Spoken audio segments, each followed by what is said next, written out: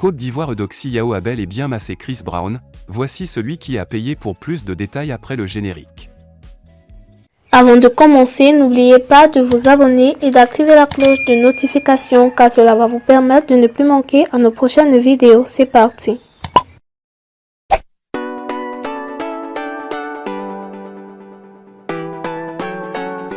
Le promoteur des Cora Awards, Ernest Kouvi-Adjovi, est sorti de son silence pour approuver les propos d'Eudoxie Yao au sujet des soins de massage qu'elle aurait donnés en 2012 à Abidjan au chanteur américain, Chris Brown.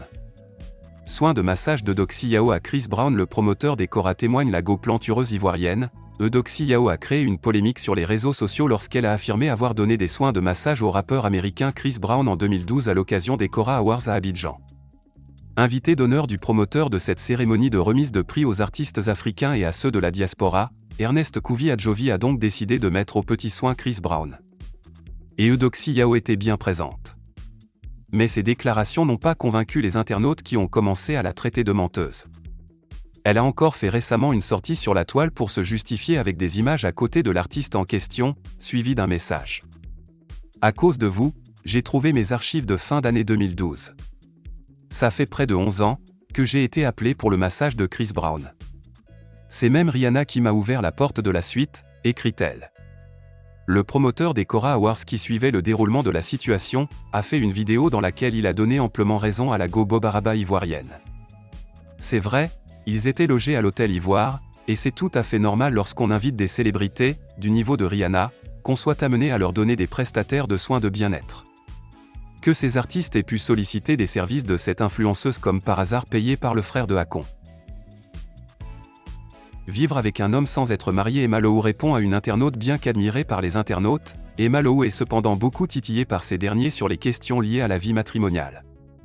Aujourd'hui, ayant ouvert un jeu de questions avec ses abonnés, elle a reçu cette question venant d'une fan. Emma, s'il te plaît, que penses-tu du fait de vivre avec un homme sans être marié? En guise de réponse, l'influenceuse ivoirienne a écrit: moi en tout cas je ne ferai plus cette erreur. Comme quoi l'influenceuse a connu l'expérience de vivre chez un homme qui ne l'avait pas mariée et a des regrets. Raison pour laquelle elle n'encourage pas ses fans à suivre ce chemin. À Monchique, la construction d'une station d'essence de la Coach au Togo fait jaser la toile. Les travaux de la construction d'une station d'essence au Togo de l'influenceuse Coach à Monchique avancent à pas géant. Une fois terminée, la station de l'influenceuse viendra s'ajouter à d'autres stations sur le terrain dans le grand bonheur des consommateurs. La célèbre Coach à Monchique s'est lancée dans une nouvelle aventure. Elle aurait pour projet de construire une station de service au Togo. Cette nouvelle n'a pas manqué de susciter des réactions, notamment chez les Togolais qui se sont souvenus du viol clash qui avait opposé la Coach à leur peuple il y a quelques jours. Pour rappel, cette dispute avait débuté lorsque la Coach avait publié une vidéo de sa sauce d'épinards, qui avait été tournée en ridicule par les Togolais. S'en était suivi une série de posts sur les réseaux sociaux où la Coach avait critiqué le peuple togolais, provoquant une réaction de la part des internautes. Aujourd'hui, il semble que la Coach à Monchique ait décidé de faire un retour en force au Togo, cette fois-ci avec un projet plus concret et professionnel. En effet, selon certaines sources, elle serait en train de construire une station-service dans le pays. Construction d'une station-service de la Coach à Monchique au Togo. Si certains détails, comme l'emplacement exact de la station ou sa date d'ouverture, restent encore inconnus, certains Togolais ont déjà commencé à imaginer ce que pourrait offrir la station de service.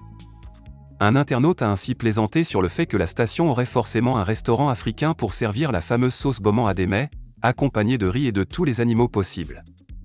Si cette blague témoigne d'une certaine ironie, elle montre aussi que la cuisine togolaise est riche et variée, et qu'elle mérite d'être mise en valeur.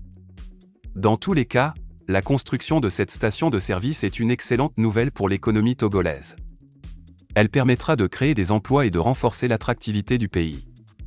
Espérons que la Coach à Monchique saura tourner la page de cette polémique et que son projet sera une réussite.